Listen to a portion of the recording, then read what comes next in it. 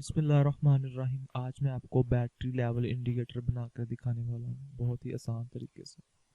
इसमें हम 4 एलईडी लेंगे और 4 1 के रेजिस्टेंस लेंगे और इसमें हम बैटरी 12 वोल्ट भी ले सकते हैं और 9 वोल्ट भी ले सकते हैं। अगर आप लोगों ने अभी तक मेरे चैनल मियां इलेक्ट्रिक को सब्सक्राइब नहीं किया तो चैनल को जल्दी से सब्सक्राइब कर दीजिए और साथ में मौजूद बेल आइकन को प्रेस कीजिए ताकि आने वाली हर नई वीडियो की अपडेट आपको सबसे पहले मिल सके।